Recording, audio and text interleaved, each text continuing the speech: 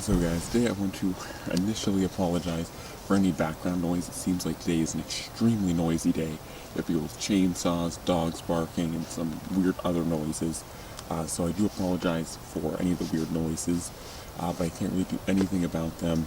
I'm still out in the woods, so I'm going to be talking about the Cold Steel Trail Boss. And I've had this axe for ages, and most of you guys probably won't know that because it really never got any airtime on the channel. And this was really an axe that I got before the channel to kind of start to test out more budget axes. And this was before the Wetterlings. Really, once I got the Wetterlings, I threw pretty much every axe to the side.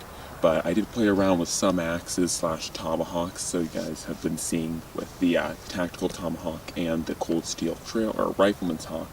I did play around with some other, axes slash tomahawks before going to the Wetterlings slash then later on the GBA. But once I got those two, I really stopped playing around with every other axe because the GBA and Wetterlings are just so good.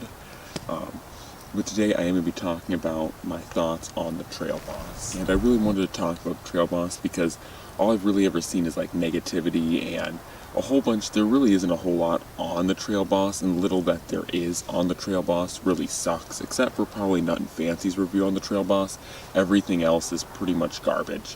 No offense to people who make those videos. So no offense to people who made those videos, but a lot of them just really didn't know what they were speaking about, and really even like Nut and Fancy, they really haven't used many axes, so they talk about a lot of things without truly understanding how an axe works. And that's one thing that you guys could even say I don't know, but I have been using GBAs and Wetterlings for over 2 years now. I've felled dozens of trees with my GBA and Wetterlings. I've bucked dozens of trees with them. So I also am doing another video comparing expensive axes to budget axes here soon. Also, I may also bring in the GBA for some comparison, but now with the kind of preface out of the way, let's actually talk about this axe. So do note really quick, one thing I'll just note here, this axe head, one problem this axe does have, at least with its stock handle, is its stock handle is not very well fitted. So if you guys will notice here, this is the actual line that's supposed to be where this axe head sits. As you use it, it bounces all over the place, and this may be just because I only use this for splitting at the moment, so it does get a lot of shock, so it may bounce around because of that. But I've noticed the fit to this handle is pretty horrible, but it's actually not so horrible because I have not had the axe head come off. I was actually hoping that the axe head would just come off by itself and I just replaced the handle, but I've been using that philosophy now for 2 years and it hasn't happened.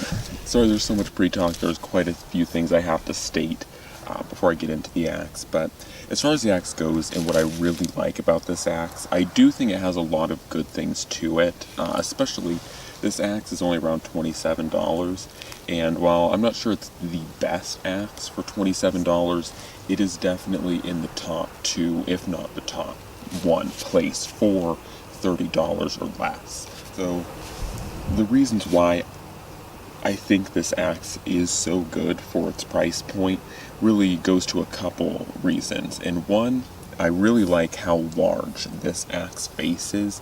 I like having a lot of blade length here, and that helps with not only being able to tackle larger pieces of wood in both felling and bucking, but also it makes your probability of missing your target and striking yourself or striking the ground or striking anything you don't intend to far less probable, because you have this much more chance of biting into the piece of wood instead of something else. Another thing that I really like about this axe, and something I noted, I use this axe religiously as a splitting axe, and in fact this is one of the best as far as a pack axe, like a 23-inch to 26-inch axe.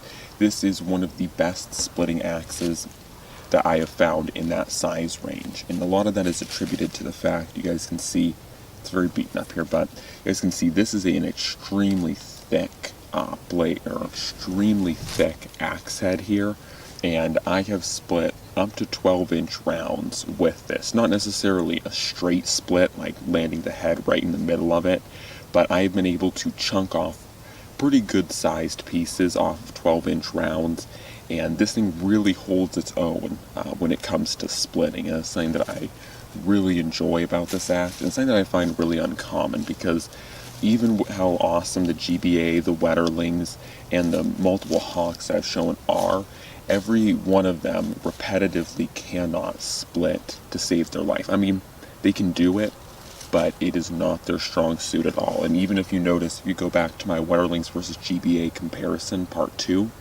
the pieces I was splitting were 6-inch rounds, and that's nothing for this axe. Like I said, this axe is split 12-inch rounds, and it does it pretty effortlessly.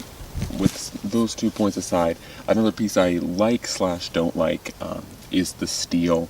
I do generally like the steel, and this is 1055 if I remember correctly, and I find it just to be pretty good for this axe head. Most earlier axe heads, such as, trying to think of them, most axe heads like True Tempers back in like the 60s and before were used a lot of these 1060, 1055, so 1055 does have a pretty proven track record for making a very good axe head material. Of course, it does go dull faster than a 1095 or faster than one of the 5160 implanted Wetterlings or GBA axe heads. It is a really nice axe steel.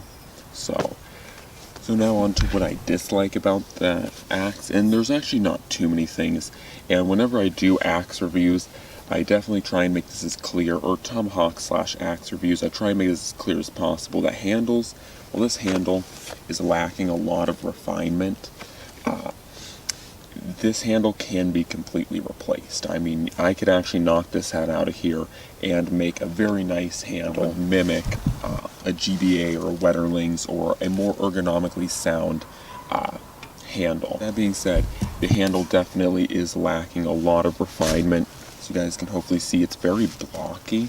Like, I will pull the GBA here. The GBA is one of my most loved handle designs here. You can see in comparison, this being the GBA, this being the Trail Boss, you can see how much more blocky and round this is. And then especially once you get to the Fawn's Foot here, you can see this one is far better. It's far more tapered in, and that is really felt when using the axe. You feel far more secure having your pinky rest at the bottom of this than you do here. It's nothing extremely dangerous.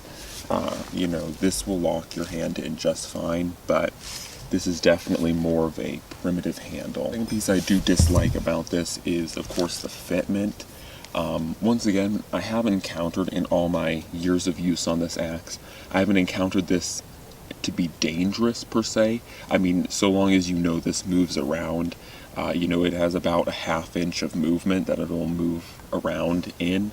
It's not too dangerous, and like I said, the axe head has not flown off the handle yet, so it's pretty safe. But overall, when you look at it, it's very noticeable and aesthetically displeasing to see the axe handle just not have very good fit like that. Just kind of sucks. The last thing I dislike about this axe is the fact that out of box, and once again, this is very changeable, just like the axe handle, it does arrive extremely dull. Of course, this one's been touched up by me, so it's not dull anymore, but out of box, this thing is pretty much like a butter knife. It will not cut skin. Even right now, I haven't touched up the edge in a very long time, so it would probably cut me if I really put force down, but just lightly moving it back and forth, it's not actually cutting me. So it's pretty dull right now, but it comes even more dull and actually kind of like rounded, or not necessarily the steel rounded over, but like very blunt out of box. So that is a dislike, just for the fact that that's extra time that you have to sit there and spend of your own time getting that edge onto your axe before you can really take it out in the woods. So other than that, that is the axe head, and of course, as always, I will leave the specifications down in the description below. As far as just an overall bushcrafting axe, I would say that this is one of the better beginning bushcrafter axes, unless you want to go straight for it and just go for a GBA or a Wetterlings. If you don't necessarily have the budget to do that, I would highly recommend you check out these. They're really not that well known about or well publicized, but they really are, I think, quite especially when it comes to splitting. This thing is just a boss at splitting. For being a 23-inch handled axe, it is just a boss. Guys, hopefully you've enjoyed that quick review. Sorry there's no use on this. I didn't necessarily want to do use because an axe is an axe is an axe. They really all work the same. This is not quite as sharp as most other axes. So guys, hopefully you've enjoyed that quick showing of this axe. Sorry I did not use it out in the woods, just if you guys do want to see a use on this axe, I can bring it back out here and actually do a use on this, but I figured talking about it is pretty much just fine. I didn't really think it would be too important to see. It works just like every other axe, nothing too special, but hope you guys have enjoyed that review, and don't forget to comment down below and tell me what you think of this axe. If you guys have owned this axe or use this axe, definitely let me know what you think of it. And anyways guys, hopefully you've enjoyed that, and don't forget to comment, like, share, subscribe, and I'm out.